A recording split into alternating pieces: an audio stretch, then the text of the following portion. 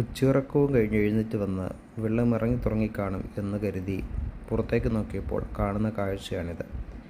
വെള്ളത്തിന് ഒരു കുറവില്ലെന്ന് മാത്രമല്ല, വെള്ളം കുറച്ചും കൂടെ കൂടിയിട്ടുമുണ്ട്. ഇന്ന് വെള്ളപ്പൊക്കം 3-ാം ദിവസം, വൈകുന്നേരം 5:30 മണി, തിങ്കളാഴ്ച. നല്ല കാറ്റടിക്കുന്നു. മീനച്ചിലാർ കരകവിഞ്ഞു ഒഴുകുന്നു. വീണ്ടും ഞങ്ങളുടെ തെളിഞ്ഞു വന്ന മതിൽ മൂടിപ്പോയിരിക്കുന്നു. ഒന്നും കാണാൻ മേല, ചുറ്റും വെള്ളം തന്നെ. എന്നാൽ വെറുതെ ചൊറിയും കുത്തിയിരിക്കാതെ എന്നെ അങ്ങ് ചൊറിഞ്ഞു എന്നും പറഞ്ഞ് നിൽക്കുന്ന ബെല്ല.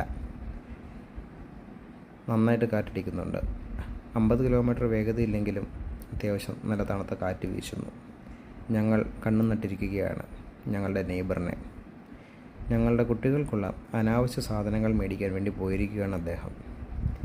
നൂഡിൽസും കുറച്ച് ബിസ്ക്കറ്റും, അതും നോക്കിയുള്ള ഇരിപ്പാണ്. ഇപ്പോൾ വരുമായിരിക്കും.